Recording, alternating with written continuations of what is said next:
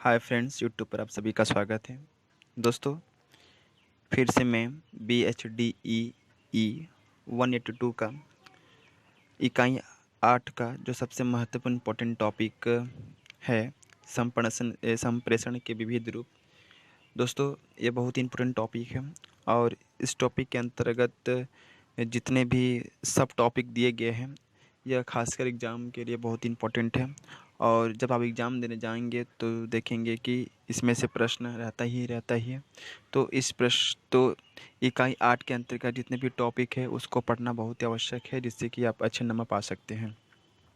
क्योंकि हमारे पास दोस्तों समय नहीं रहता है और समय ना रहने के कारण जो है हम नहीं पढ़ पाते हैं। इसलिए हम अपने इस चैनल के माध्यम से उन सभी टॉपिक को बता देता हूँ जो ज़्यादा इम्पोर्टेंट होते हैं, जिनको अगर आप पढ़ते हैं तो अच्छे नंबर पा सकते हैं, कुछ एग्ज़ाम में लिख सकते हैं।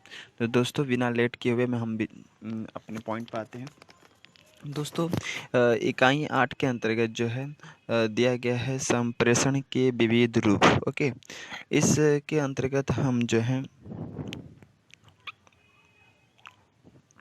संप्रेषण के विविध रूप के अंतर्गत जो है हम संप्रेषण का मतलब क्या होता है, संप्रेषण का अर्थ क्या है, ये समझेंगे।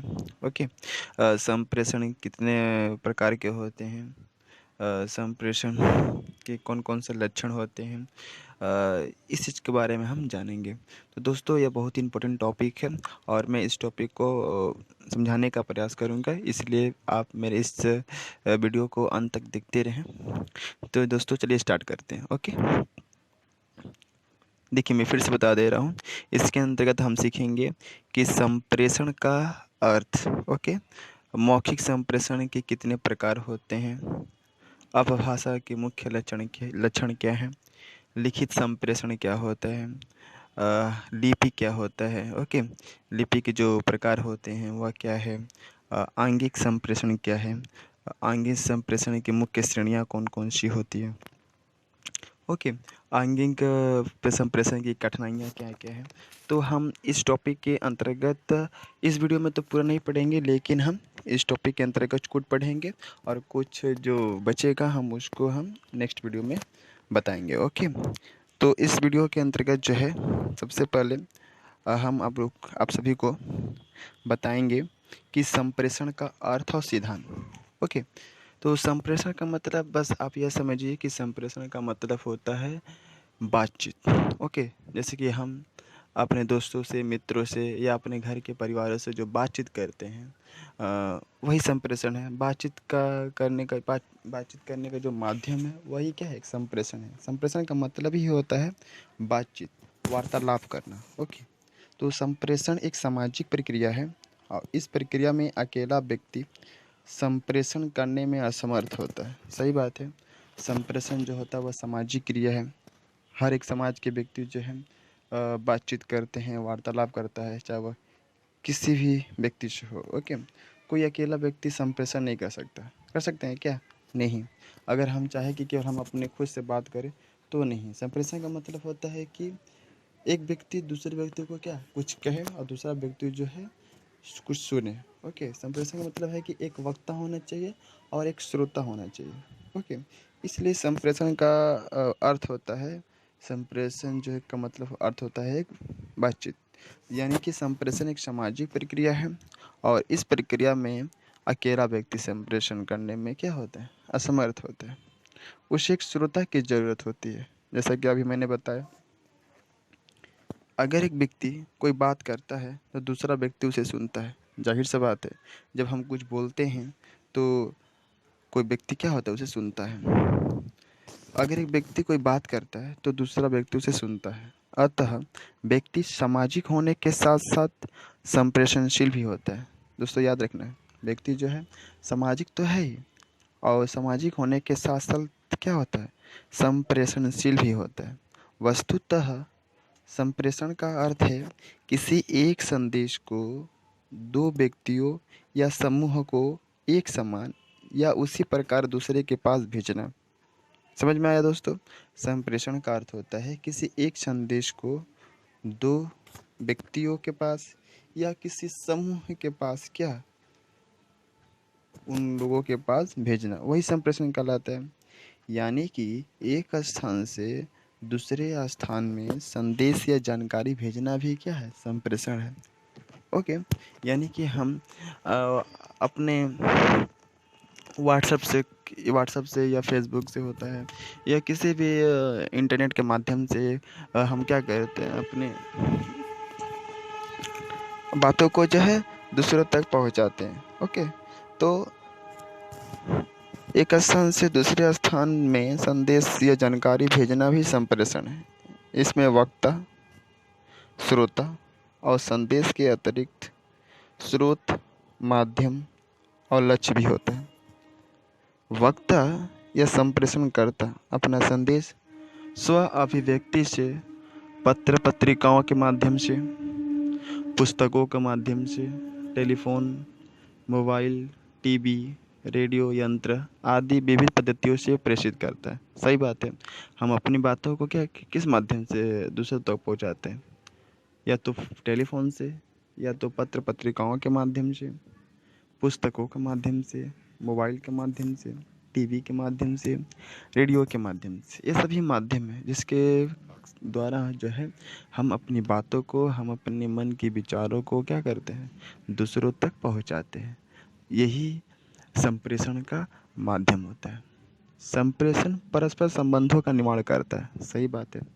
हम अपने बातचीत, हम अपने मन के भाव से, मन के विचारों से क्या करते हैं, आपसी जो मतभेद होता है उसको दूर करते हैं। ओके, यानी कि संप्रेषण परस्पर संबंधों का निर्माण करता है, गलतफहमी दूर करता है, तनाव कम करता है और आत्मविश्वास पैदा करता है। समझ में आया दोस्तों? संप्रेषण जो होता है वह एक दूसरे व्यक्ति के बीच में जो है रिलेशनशिप पैदा करता है। दूसरा बात है कि गलतफहमी को दूर करता है, तनाव कम करता है और आत्मविश्वास पैदा करता है। यदि किसी सूचना का अध्ययन तकनीकी प्रक्रिया से किया जाता है तो वह संप्रेषण सिद्धांत होगा, जो सूचना सिद्धांत का एक क्षेत्र है। इससे लोग विचार विमर्श करते हुए अपने संदेश या मंतव्य का सृजन करते हैं और उसके अर्थों की व्यवस्था बनाए रखते हैं। संप्रेषण सिद्धांत के अनुसार भाषिक संप्रेषण में कोडीकरण और डिकोडीकरण की प्रक्रिया निहित रहती है। एक भाषा में वक्ता या लेखक अपने संदेश को भाषाबद्ध रूप देता है, अर्थात कोडीकरण करता है। कोडीकरण मतलब क्या, कि जो वक्ता होता है, अगर मैं मान लो कोई लेखक है, तो लेखक अपने मन के विचारों को पत्र पत्रिकाओं के माध्यम से दूसरों तक पहुंचाना चाहता है, तो वह उसका वो अपनी भाषा को क्या करेगा, एक सीमाबद्ध करेगा, ऐसे लेके सीमाबद्ध करेगा भाषा को। ओके, और उसी भाषा को सीमाबद्ध करके उसको क्या करेगा, दूसरे तक पहुंचाएगा। उसको बोलते हैं कोडीकरण। इसका संचरण वह मुख्य चर और लेखन के माध्यम से करता है। फिर से मैं बोल दूं, एक भाषा में वक्ता या लेखक अपने संदेश को भाषाबद्ध करता है। भाषाबद्ध मतलब कि जो लेखक होता है वह अपने शब्दों को एकजुट करता है और शब्दों को एकजुट करके किसी पत्र पत्रिकाओं के माध्यम से दूसरों तक पहुंचाता है। यह पहुंचाने का कार्य या तो मौखिक हो सकता है या तो लिखित हो सकता है। श्रोता वक्ता द्वारा उच्चारित ध्वनियों का अभिज्ञान करता है, उनका विकोडीकरण कर अर्थ ग्रहण करता है। सही बात है। जब हम अपनी भाषा को सीमाबद्ध करके पत्र पत्रिकाओं के माध्यम से दूसरों तक पहुंचाते हैं तो वह कहलाता है कोडीकरण। ओके, अब विकोडीकरण क्या है, जब यही सीमाबद्ध भाषा पत्र पत्रिकाओं के माध्यम से किसी दूसरे तक पहुंचता है और दूसरे तक पहुंचने के बाद श्रोता क्या करता है, उस चीज़ को पढ़कर समझता है, तो वह कहलाता है विकोडीकरण। ओके, समझ में आ गया होगा कि कोडीकरण और विकोडीकरण क्या है। कोडीकरण का मतलब यह होता है कि कोई वक्ता जो है अपने मन की भावों को, मन के विचारों को एक भाषा के अंतर्गत सीमाबद्ध करके उसे किसी भी संप्रेषण के विधि द्वारा उसे दूसरे तक पहुंचाता है। ओके, जब अब उसे बोलते हैं हम लोग कोडिकरण। लेकिन ये जब यही जब श्रोता वक्ता के चीज़ों को क्या करता है, पढ़ता है, पढ़ करके ग्रहण करता है, उसके अर्थ को समझता है, तो वह कहलाता है विकोडीकरण। इस प्रक्रिया में भाषा का संप्रेषण होता है, किंतु यह आवश्यक है कि कोडीकरण और विकोडीकरण के लिए कोड एक समान होगा।